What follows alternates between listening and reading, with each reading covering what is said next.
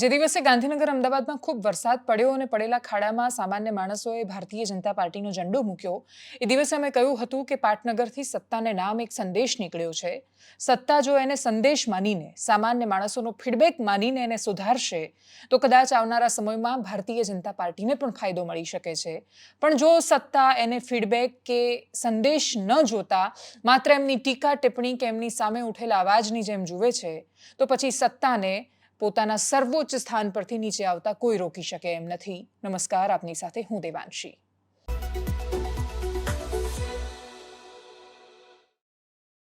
રાજ્યમાં અનેક એવી તસવીરો સામે આવે છે જે ખૂબ મોટા અને ગંભીર પ્રશ્નો ઊભા કરે છે.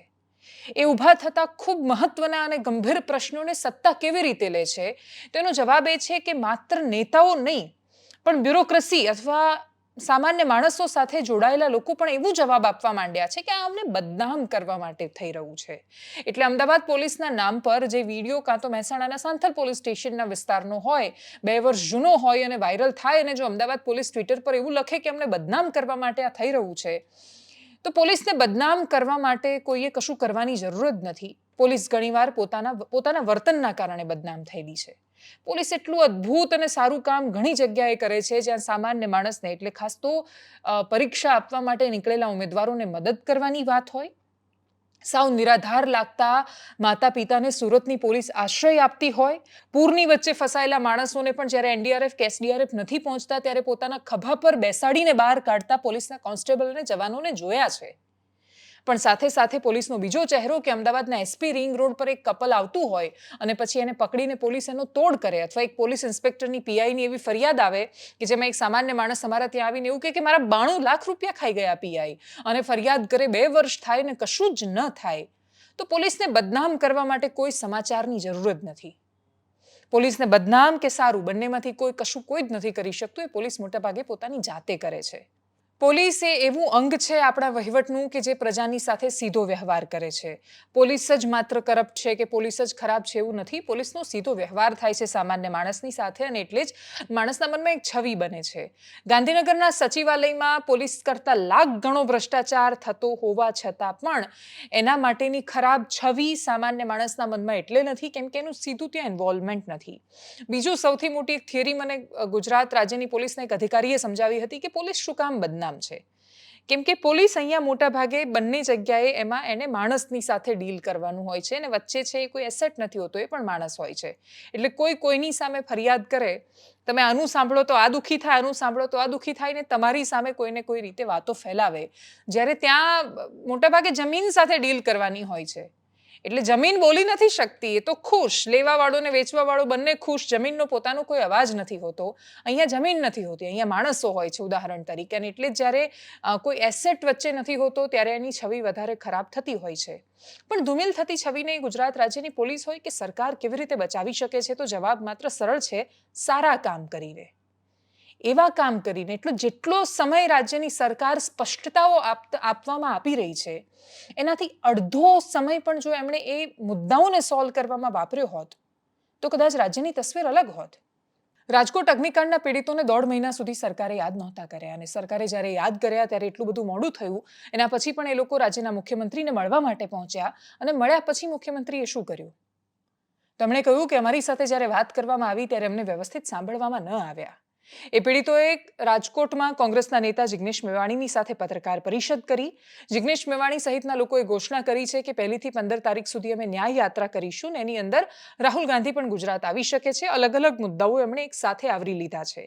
સુરતના તક્ષશિલા કાંડથી લઈને મોરબીના ઝુલતા પુલની દુર્ઘટનાથી લઈને વડોદરાના હરણીકાંડથી લઈને શ્રેય હોસ્પિટલના આગકાંડ સુધી કે પછી રાજકોટના અગ્નિકાંડ સુધીના પીડિતો એક સાથે આવશે અને પછી એ પીડિતો ખૂબ જનૂનની સાથે લડશે એવી એમણે વાત કરી છે. એ પીડિતો જ્યારે એમાંથી એક અનિરુદ્ધસિંહ જાડેજા છે પોતાની વાત અને પીડા કહી રહ્યા હતા ત્યારે એમની પાસે કહેવા માટે એટલું બધું હતું અને પીડા અને સવાલો હતા. એ સવાલો શેનાથી આવ્યા?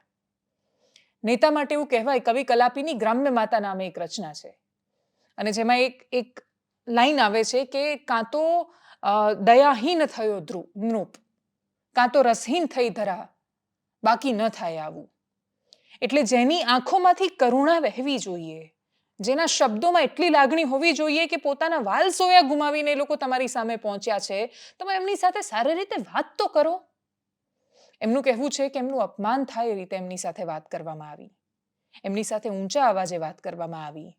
ગાંધીનગરના સચિવાલયમાં એ દ્રશ્યો ખૂબ સામાન્ય છે કે ખૂબ દૂરથી પોતાની પીડા લઈને આવેલો માણસ ઊંચા અવાજનો સામનો કરીને જાય છે ત્યારે એની પીડા પરાકાષ્ઠા પર હોય છે. જરૂરી નથી કે દરેક વખતે તમારી સામે ફરિયાદ લઈને આવેલા માણસો સાચા જ હોય, એ ખોટા હોઈ શકે છે.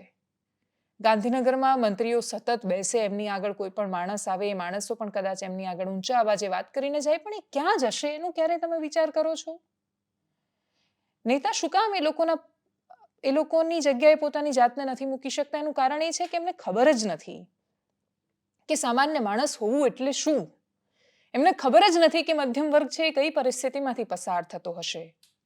એમની સાથે ખોટું વર્તન થયું એ સૌથી ભયાનક નિશાની ભારતીય જનતા પાર્ટી માટે છે કે તમે જે વંચિતોનો અવાજ બનવા માટે, જે અંત્યોદય લાવવા માટે નીકળ્યા હતા, સામાન્ય માણસનો, છેલ્લા માણસનો, કતારમાં ઉભેલા છેલ્લા માણસનો અવાજ બનીશું એવી પંડિત દીનદયાળ ઉપાધ્યાયની ભાવના હતી, એ ભાવના વેરવિખેર થઈ ગઈ છે. એક વ્યક્તિ પ્રશ્ન કરે છે ને એ પ્રશ્ન પછી તમારી પાસે જવાબ નથી હોતો કે એ પીડિત અનિરુદ્ધસિંહ જાડેજાની સાથે સરખી રીતે વાત કેમ ન કરવામાં આવી. તમે રાજ્યમાં મંત્રી હો તો એનો મતલબ એ તો છે નહીં તમારી પાસે ગમે તેવી સત્તા હોય, તમે એક પીડિત જેને તમે સાંભળવા બોલાવ્યા છે એની સાથે જો તમે આ રીતે સંવાદ કે વાત કરશો તો તમે એમને ન્યાય અપાવવા માટે લાયક જ નથી. પત્રકાર પરિષદમાંથી સૌથી પહેલા પીડિતોએ શું કહ્યું એ સાંભળીએ અને એના પછી સાંભળીએ જિગ્નેશ મેવાણીને, જે આવનારા સમયમાં રાજકીય કાર્યક્રમો શરૂ કરવાના છે. 1.5 મહિના સુધી રાજ્યની સરકાર, રાજ્યના મુખ્યમંત્રી અને ગૃહમંત્રીનો ઉપેક્ષાનો ભોગ બનેલા પીડિત પરિવારો સાથે કેવું નિમ્ન કક્ષાનું અને બેહુદું વર્તન કરવામાં આવ્યું, કેવી નિર્લજ્જતાપૂર્વક એમનો ઉપહાસ કરવામાં આવ્યો, એમની હાંસી ઉડાવવામાં આવી, એની વાત પીડિત અને મુખ્ય આપ સૌ પત્રકાર મિત્રોએ સાંભળી. એટલે આ દેશની સંસદમાં ગુજરાતની ભાજપ સરકારની ભૂમિકા એક્સપોઝ થવાની છે એવી બીકના પગલે કોઈ સાચી લાગણીથી પ્રેરાઈને પીડિતોને મળ્યા નથી.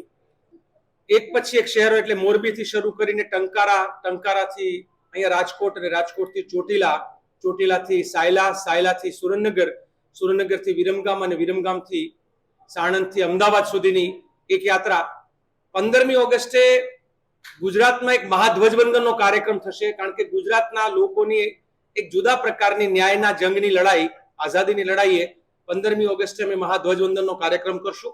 છે અમારા નેતા ઉપર કે જ્યાં જ્યાં અન્યાય હોય છે ત્યાં એક રાહુલ ગાંધી, આ દેશમાં એક એવો અવાજ છે કે મણિપુરથી જો મુંબઈ સુધીની ન્યાય યાત્રામાં રાહુલ ગાંધી આખા દેશનો અવાજ બન્યા.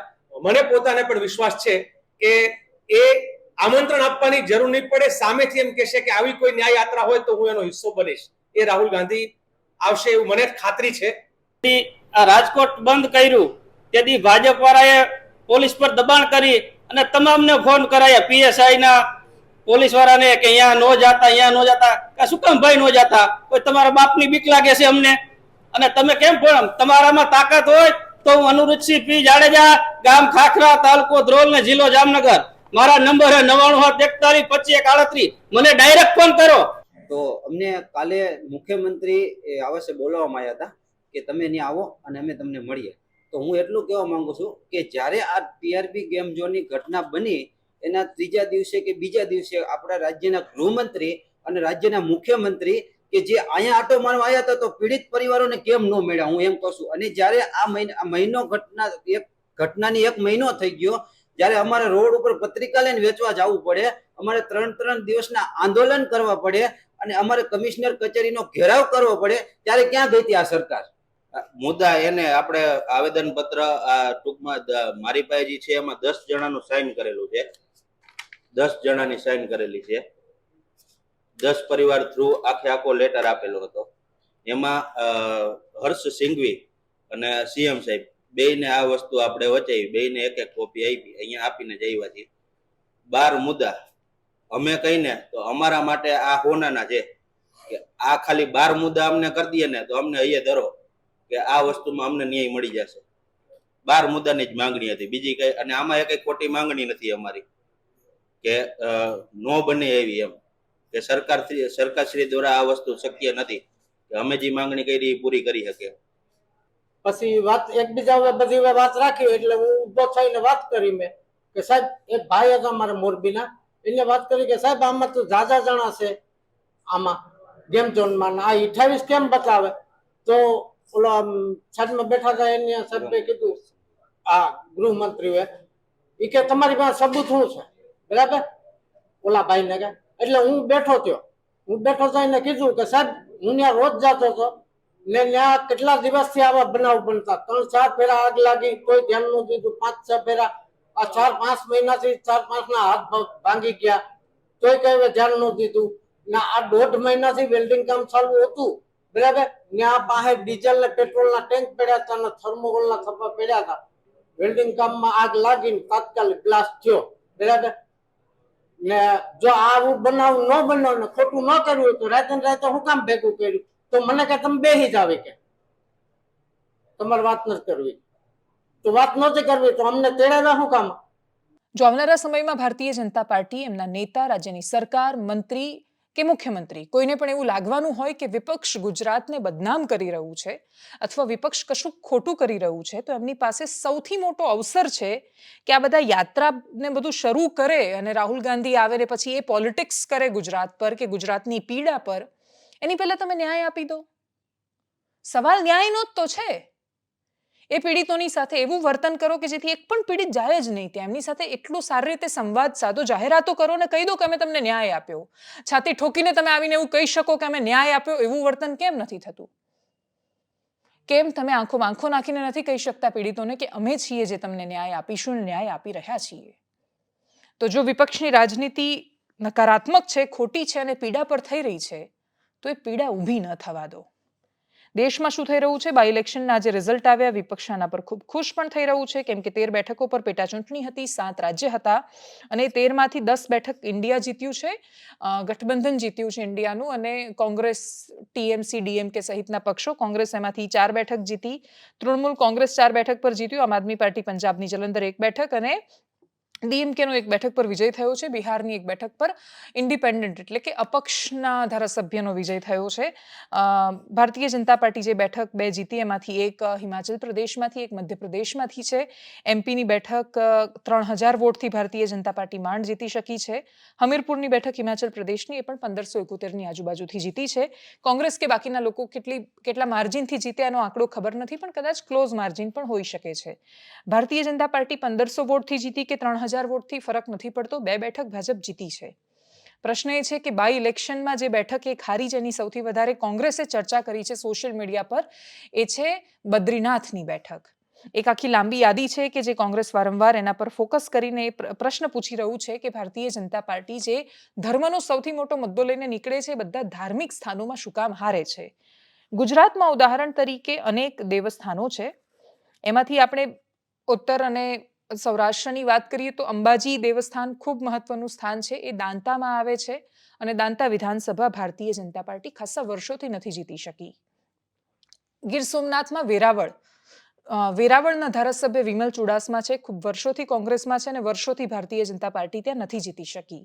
CR પાટીલ જ્યારે પ્રદેશ પ્રમુખ બન્યા અને પછી સૌરાષ્ટ્ર યાત્રાની શરૂઆત થઈ ત્યારે સોમનાથમાં હતા, ત્યારે એમણે કહ્યું છે તે સમયે કે ભાઈ સોમનાથના આપણા ધારાસભ્ય ક્યાં છે? તો પછી એ વખતે ચર્ચાનો વિષય એ વખતે પણ બન્યો હતો કે ભાઈ સોમનાથમાં ભાજપ કેમ નથી જીતી રહ્યું? જ્યાં સોમનાથમાં તો ખાસો વિકાસ પણ થયો છે, તમે એને પણ સોમનાથ ટ્રસ્ટ ને બાકીનું બધું જે ડેવલપમેન્ટ છે, ખૂબ સુંદર દેવસ્થાન છે, વ્યવસ્થિત એનું મેનેજમેન્ટ પણ થાય છે, પણ છતાંય સોમનાથમાં ભારતીય જનતા પાર્ટી નથી જીતી શકી ખાસા વર્ષોથી. દેશમાં કઈ કઈ જગ્યાએ તો જેમ બદ્રીનાથની બેઠક ભારતીય જનતા પાર્ટી હારી તો એ ચર્ચાનો વિષય છે, એ રીતે ફૈઝાબાદ લોકસભા સીટ કે જેની અંદર અયોધ્યા આવે છે એ પણ ભારતીય જનતા પાર્ટી હારી, બાંદા લોકસભા જ્યાં ચિત્રકૂટ આવે છે એ પણ ભારતીય જનતા પાર્ટી હારી, ભારતીય જનતા પાર્ટી સીતાપુરમાં પણ હારી, ભારતીય જનતા પાર્ટી પ્રયાગરાજ પણ હારી, ભારતીય જનતા પાર્ટી નાસિક પણ હારી, ભારતીય જનતા પાર્ટી રામનાથપુરમ એટલે કે રામેશ્વરમની બેઠક પણ હારી, અને એ સિવાય ખૂબ લાંબી યાદી છે. ધાર્મિક સ્થાનો પર ભારતીય જનતા પાર્ટી નથી જીતતી એવું કહીને કોંગ્રેસ જો એક પોલિટિકલ મેસેજ આપવા માંગે છે કે હિન્દુઓ અમારી સાથે છે, તો પ્રશ્ન ફરી એકવાર આવીને એવું ઊભો રહેવાનું છે કે ભારતીય જનતા પાર્ટીની એક સ્પષ્ટ વિચારધારા છે, ક્લેરિટી છે કે ભાઈ અમે હિન્દુત્વની સાથે છીએ અને વચ્ચે વચ્ચે જ્યાં જ્યાં જરૂર પડે ત્યાં એ બધાની સાથે છે, ત્યારે સબકા સાથ સબકા વિકાસ છે, પણ ઓલ ઓવર જોવા જઈએ તો એ હિન્દુત્વની સાથે છે. કોંગ્રેસ પોતાના સેક્યુલરિઝમથી વારંવાર ડગવા માંડે છે. ગુજરાતમાં જરૂર લાગે ત્યાં રાહુલ ગાંધી ટી શર્ટની ઉપર પણ જનોઈ પહેરીને મંદિરે ફરી શકે છે. જ્યાં જરૂર નથી લાગતી ત્યાં અલગ રીતે વર્તન કરતા દેખાય છે. ચોક્કસથી છેલ્લા 2 વર્ષમાં કોંગ્રેસની જે સલાહકારની ટીમ અથવા એમનું જે PR સંભાળતા લોકો છે એ બદલાયા છે. અને એમની જે ટીમ બદલાઈ છે એની અસર રાહુલ ગાંધી, એમના વર્તન, એમના ભાષણ એ બધા પર પડી રહી છે. એ ગ્રાઉન્ડ ઝીરો પર જઈ રહ્યા છે, સામાન્ય માણસોની સાથે સંવાદ સાધી રહ્યા છે, એની પણ સકારાત્મક અસર દેખાઈ રહી છે. પણ દેશની ચૂંટણીમાં જે મળેલો પ્રતિસાદ છે, ભારતીય જનતા પાર્ટીએ એને 100% કાં તો સ્વીકાર્યો નથી અને કાં તો એ સ્વીકારવામાં સમય લઈ રહ્યા છે. એ જનતાને એવો સંદેશ આપવા માંગે છે કે કશું જ બદલાયું નથી, અમે એટલી જ તીવ્રતા સાથે ખૂબ સારી રીતે શાસન ચલાવીશું જેવી રીતે પહેલા ચલાવ્યું. વિપક્ષ મળેલા જનાદેશને ખૂબ વધારે અતિશય પોઝિટિવલી લઈ રહ્યા છે. અતિશય સકારાત્મક એ છે કે વિપક્ષ ટકી રહ્યું એ વાત સાચી છે, પણ કોઈ એક પક્ષ એવો છે જ નહીં કે જે ભારતીય જનતા પાર્ટીની લગોલગ આજુબાજુ કે ક્યાંય ઊભો હોય. એટલે બીજા નંબર પર સીધું કોંગ્રેસ છે અને જે માત્ર 98 બેઠક પર છે. અને આપણે કેરળવાળી બેઠક ગણી લઈએ તો પણ 99 બેઠક પર છે. એટલે 99 બેઠક પર રહેલી કોંગ્રેસને આટલો આત્મવિશ્વાસ શું કામ છે?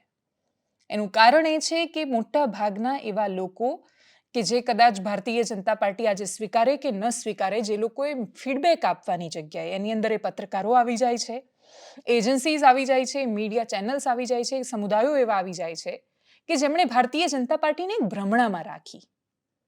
એ લોકોએ એવું ચિત્ર ઊભું કર્યું કે કોંગ્રેસ સાવ ખતમ થઈ ગઈ છે ને ચારેય બાજુ ભાજપ છે ને એનો કોઈ વિકલ્પ જ નથી ને બાપ જન્મારે કોંગ્રેસ ઊભી નહીં થાય. ભારતીય જનતા પાર્ટીનું જો સૌથી મોટું કોઈ નુકસાન કરતું હોય તો એ લોકો કરે છે જે એમને સાચો ફીડબેક નથી આપતા. દેશની કે રાજ્યની કોઈ પણ સરકાર હોય એને સૌથી અઘરું જો કોઈ સત્તાને નથી મળતું તો એ છે સાચું કહેવાવાળા લોકો નથી મળતા. અને ગુજરાતની સરકાર હોય કે દેશની સરકાર કદાચ એ શૂન્યાવકાશમાં ચાલી રહી છે, કાં તો સાચું કહેવાવાળા લોકો નથી અને કાં તો સાચું સાંભળવાની ઈચ્છા શક્તિ નથી રહી. પણ એને નુકસાન એટલું કર્યું કે રાહુલ ગાંધી કે કોંગ્રેસ સાવ ઝીરો છે અને શરતો લોકો લગાવવા માંડ્યા, સાવ ખતમ થઈ જશે એવું કહેવાયું. પણ એ બધાની વચ્ચે એમનો ઉદય થયો અને 98-99ની આજુબાજુ રહ્યા છે. વિપક્ષ અતિ આત્મવિશ્વાસમાં છે અને સત્તા જનાદેશને હજી સંપૂર્ણ રીતે સ્વીકારી રહ્યું હોય એવું લાગતું નથી. આ બંનેની વચ્ચે, આ ઓબ્ઝર્વેશનની વચ્ચે આવનારો સમય છે ખૂબ વધારે ચર્ચાસ્પદ રહેવાનો છે. છેલ્લે ગુજરાતના એક એવા મોડેલની વાત કરવી છે કે ગુજરાત મોડેલના નામ પર આપણે દરેક વખતે બહુ જ સરળતાથી ગુજરાત મોડેલને વચ્ચે લાવી દઈએ છીએ. કંઈ પણ થાય એટલે કોંગ્રેસ કે ગુજરાત મોડેલ ફેલ્યોર છે, સત્તા એવું કે ગુજરાત મોડેલ જેવું બીજે ક્યાંય દુનિયામાં મોડેલ જ નથી. પણ એ બધાની વચ્ચે જો આપણી પાસે બતાવવા માટે કશુંક હોય, સરખામણીએ જોવા માટે હોય તો એ આપણું સહકારનું મોડેલ છે. અમે બનારસમાં જ્યારે બનાસ ડેરી શૂટ કરી એ વખતે અમને સાથે સાથે મનમાં એ વિચાર આવ્યો અને એના પછી એક અધિકારી અમારું ધ્યાન દોર્યું અને પછી એમાં જ્યારે અમે જોયું તો અમને સમજાયું કે ગુજરાત જો આંખોમાં આંખો નાખીને અનેક બાબતો પર પોતાનો પક્ષ અને વાત મૂકી શકે છે, સરખામણીએ જોવા જઈએ તો ગુજરાત ખૂબ સુંદર રાજ્ય છે અને ગુજરાતનો ખૂબ વિકાસ થયો છે. ગુજરાતનો ખૂબ વિકાસ થયો છે એનો મતલબ એ નથી કે તમે સમસ્યાઓને નકારશો. ગુજરાતમાં રસ્તા ખૂબ સરસ છે એનો મતલબ એ નથી કે અમદાવાદમાં તમારે 4 વાર રસ્તા બનાવવા પડે છે ને તોય ભૂવા પડી જાય છે.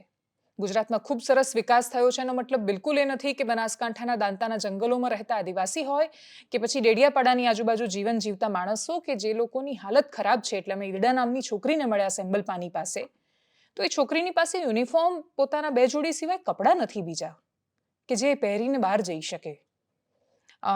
ઘણા બધા એવી સ્ત્રીઓ છે કે જે 2 વાર પોતાની એમની 2-3 સાડીની વચ્ચે એક સાડી સૂકવીને રાખે ને પછી બીજી પહેરે ત્યાં સુધી એ વ્યવસ્થિત કપડાં નથી ઓઢી શકતા. તો આટલી અસમાનતા પણ છે, એ પણ નરી વાસ્તવિકતા છે. પણ કશું કેવું છે કે જાણે છેવાડાના માણસ સુધી પહોંચવાની કોશિશ કરી છે ને એ છે આપણું સહકાર ક્ષેત્ર. એકવાર ડોક્ટર વર્ગીસ કુરિયનને જ્યારે સાઉથના સ્ટેટમાં બોલાવવામાં આવ્યા કે આવું ડેરીનું મોડેલ તમે અમારે ત્યાં પણ ઊભું કરો, તો એમણે કહ્યું હતું કે ડોક્ટર કુરિયન તો મળી જશે પણ ત્રિભુવનદાસ પટેલ નહીં મળે.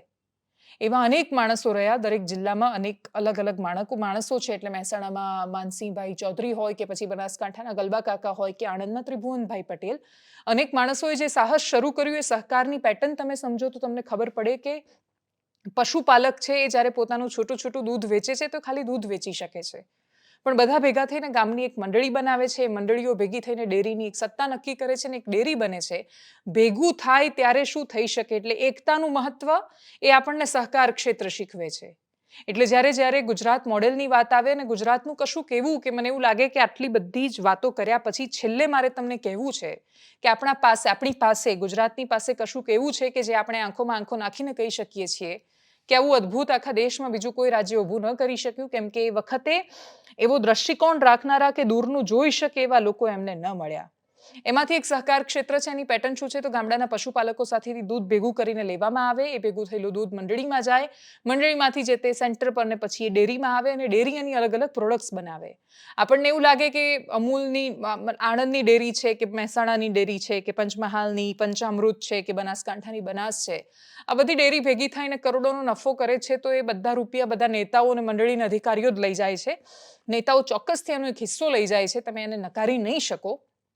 કરપ્શન પણ છે સહકારમાં, ખૂબ કરપ્શન છે. અને સહકારથી જ સમૃદ્ધિ, એટલે એ સમૃદ્ધિ ખાલી માણસોની નહીં, ત્યાં ઉપર કામ કરતા લોકોની છે, એને નકારી નહીં શકો. પણ છતાંય હજુ એ ગુજરાત એક એવું રાજ્ય છે કે જ્યાં બની શકે એટલું કરપ્શન ઓછું રહ્યું અને એ સહકારથી જે સમૃદ્ધિ આવી એ પશુપાલકો સુધી પહોંચી. એટલે આજે પણ જ્યારે આપણે દેશની 50% આબાદી માટે પ્રશ્ન આવીને એ ઊભો છે કે સ્ત્રીઓ જો કામમાં ભાગીદારી નથી કરતી, જો સ્ત્રીઓ એ કામમાં હિસ્સો નથી બનતી, જ્યાં સુધી દેશની 50% વસ્તીની પાસે કામ નથી, ત્યાં સુધી આપણે ક્યારેય વિશ્વમાં ઉન્નત નહીં થઈ શકીએ. પણ છતાંય જે ગામડાની ગૃહિણીઓ છે, પશુપાલક સ્ત્રીઓ છે, એમણે એ વ્યાખ્યા તોડી છે. એ પોતાના એ લગ્ન પ્રસંગે જાય તો રાત નથી રોકાતી ને સાંજે પાછી આવી જાય છે, કેમ કે એને ઘરે એના પશુની ચિંતા છે. એ પોતાના ઘરમાં કોઈ નાનું બાળક હોય તો કેમ સાચવે, એ રીતે એ ગાયને સાચવે છે, એ ભેંસને એ રીતે સાચવે છે અને એનું સંવર્ધન કરે છે. અને એના પછી એની ખૂબ મહેનત થાય, એના પછી એનો નફો પણ વહેંચાય છે. એટલે વ્યક્તિ જ્યારે દૂધ વેચે છે તો દૂધનો ફેટ પ્રમાણે એને ભાવ પણ મળે છે.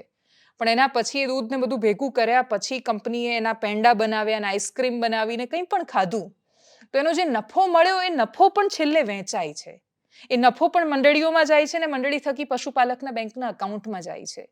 તો સહકાર ક્ષેત્ર એ ગુજરાતની ક્રાંતિની સૌથી મોટો આધારસ્તંભ ગામડાઓ માટે સહકાર ક્ષેત્ર છે. સહકારમાં જો હજી પણ આપણે બની શકે એટલું કરપ્શન ઓછું કરીએ, સહકારમાં થતી ભરતીઓમાં સગાવાદ અને જ્ઞાતિવાદ ઓછો કરીએ અને સહકારને હજુ વધારેમાં વધારે લોકો સુધી ખૂબ પ્રામાણિકતા સાથે લઈ જવામાં આવે તો કદાચ આપણી પાસે બીજું એક સમાંતર એટલું મોટું મોડેલ તૈયાર થશે કે એના જેવું કશું જ નથી. અમૂલ ખાલી એની એડવર્ટાઇઝમેન્ટના કારણે મહાન નથી બન્યું.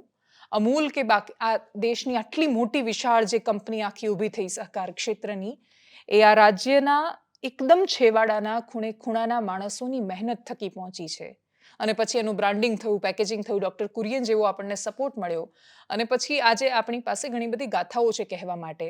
યાદ રાખજો કે તમે જ્યારે અમૂલની આઈસ્ક્રીમ ખાઈ રહ્યા છો ત્યારે તમે પશુપાલક બેન સુધી પણ પોતાનો નફો પહોંચાડી રહ્યા છો. એનાલિસિસમાં અત્યારે બસ આટલું જ. ગુજરાત મોડેલની કોઈ કહાની તમારે કહેવી હોય તો સહકારની કહાની પણ તમને યાદ આવે, સરકારને પણ યાદ આવે, એનો જ આ કહેવાનો ઉદ્દેશ્ય હતો. જો આપ અમને યુટ્યુબ પર જોઈ રહ્યા છો તો સબસ્ક્રાઇબ કરજો, ફેસબુક પર જોઈ રહ્યા છો તો ફોલો કરજો, અમારા વિડીયોને શેર કરજો. નમસ્કાર.